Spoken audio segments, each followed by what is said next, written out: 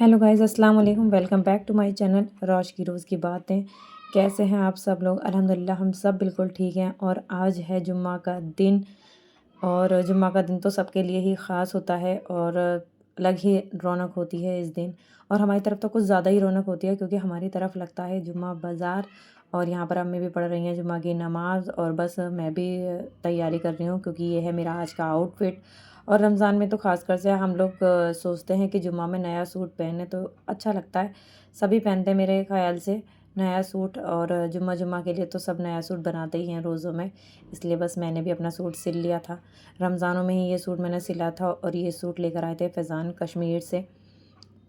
और उसके बाद हम सब नमाज़ पढ़कर हो गए फ़ारिग। और आज हमारे घर आई थी फ़ौज़िया खालाजान। उन्हें अपनी छोटी वाली बेटी का ना फ़्रॉक कटिंग करानी थी क्योंकि जो उनकी दूसरे नंबर की बेटी है वो सीख रही है सिलाई। और जब सिलाई सीखते हैं तो कुछ कपड़ों की ज़रूरत पड़ती है क्योंकि अब कपड़े होंगे सिलने के लिए तो तभी बच्चा सिएगा और सीखेगा।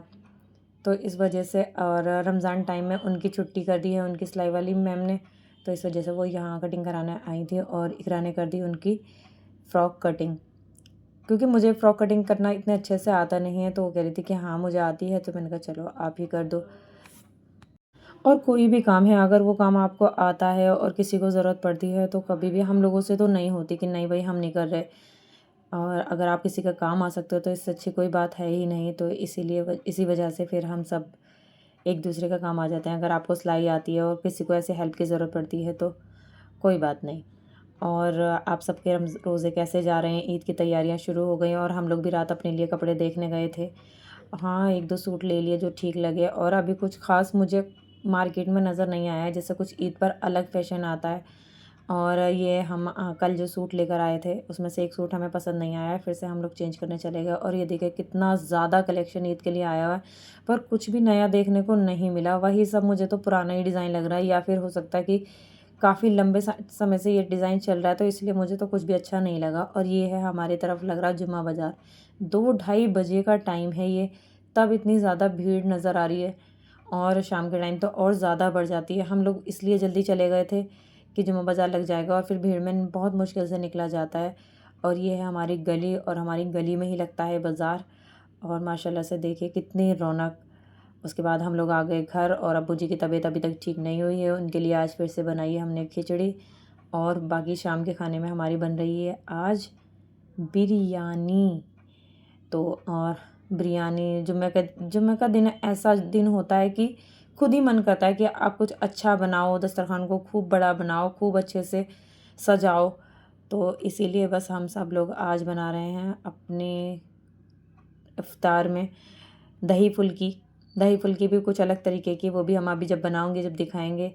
और आज हमारे मेन्यू में डिसाइड हुआ है हम जो स्प्राउट्स मैंने उस दिन अधूरे मतलब आधे बचा कर रख दिए थे मैं आज उनको भी फिर से बनाऊंगी। और बच्चों का तो रोज़ा नहीं है, मैं अरशान के लिए बना रही हूँ ये ऑमलेट क्योंकि अब उनका भी ध्यान रखना पड़ता है चाहे कितना भी आपको रोज़ा मन करे ना करे लेकिन बच्चों को तो बनाकर देना पड़ता है। और ये देखिए अचानक बारिश, इतनी अच्छी बारिश। और फिर जल्दी से मैंने अपना एलोवेरा का पौधा भी बारिश में रख दिया क्योंकि बारिश का पानी पौधों में लग जाए तो वो एकदम बढ़िया हो जाते हैं। और उसके बाद ये बन गई हमारी यखनी क्योंकि मैंने आपको जैसा कि बताया खाने में बन रही है बिरयानी। उसके बाद ये हमारा कुरान टाइम क्योंकि रोज़ों में इबादत इज़ मस्ट। सबसे ज़्यादा ज़रूरी है कि आप ज़्यादा से ज़्यादा इबादत करें, नमाज़ों को बिल्कुल ना छोड़ें। ये नहीं है कि आप अपने दस्तरखान लगाने में इतना बिज़ी हो जाएं कि आप नमाज का ध्यान ही ना रखें या फिर कुरान ना पढ़ें।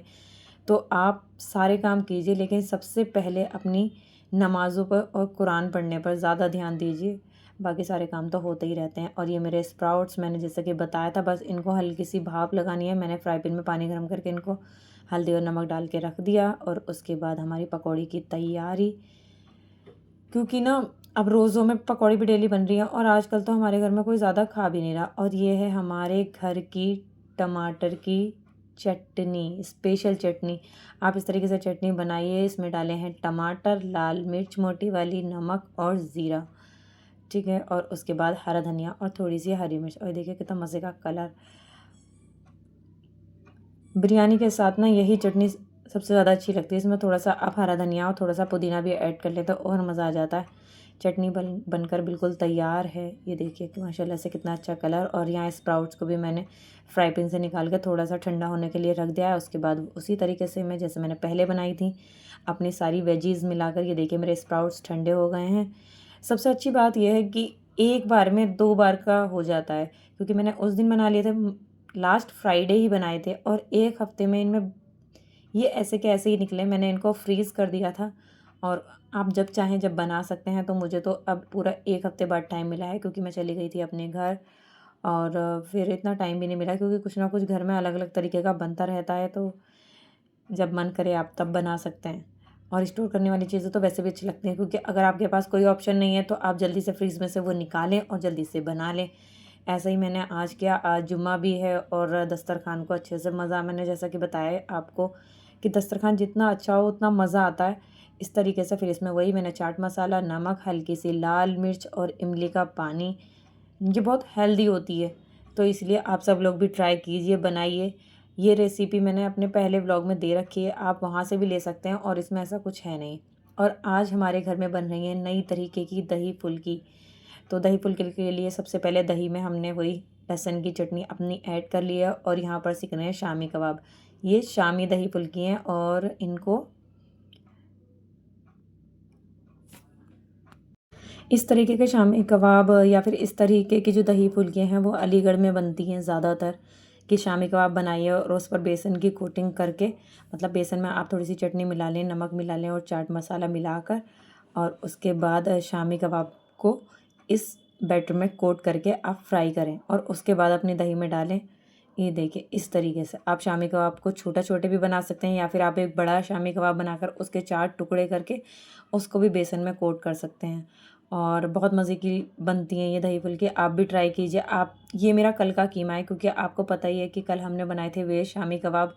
तो बस क्योंकि दही फुल्की वेज ही होती हैं, आप इसको चाहे तो नॉन-वेज तरीके से बना सकते हैं। आप नॉन-वेज वाली दही जब भी शामी कबाब बनाएँ तो आप उसको भी बेसन में कोट करके और अपनी दही फुल्की बना सकते हैं। ठीक है, और बहुत मज़े की लगती है, आप ज़रूर ट्राई कीजिएगा। और ये हो गई है हमारी प्याज़ कट कर तैयार बिरयानी के लिए। और बिरयानी में सबसे पहले डाला हमने ऑयल और उसके बाद अपनी प्याज़ को ब्राउन होने तक भूनेंगे। बिरयानी भी बस बहुत कम लोग हैं जो नापसंद करते हैं और ज़्यादातर लोग को बिरयानी पसंद ही होती है। हमारे घर में तो सबकी ही फ़ेवरेट है बिरयानी। बस बिरयानी बनाने में मुझे एक ही दिक्कत लगती है कि सहरी में क्या खाएँगे? अगर बिरयानी घर में बनाओ तो कुछ ना कुछ साथ में बनाना पड़ता है।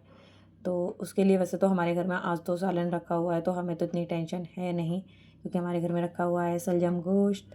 और हमारे चावल भी 1 डेढ़ घंटे से फूले हुए हैं, पानी में डालकर रख दिए थे।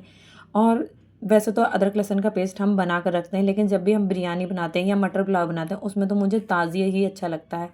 और आप इसके अंदर थोड़ा सा ग्रीन चिली, अदरक लहसुन का पेस्ट, दही ऐड कर भून दीजिए बिरयानी।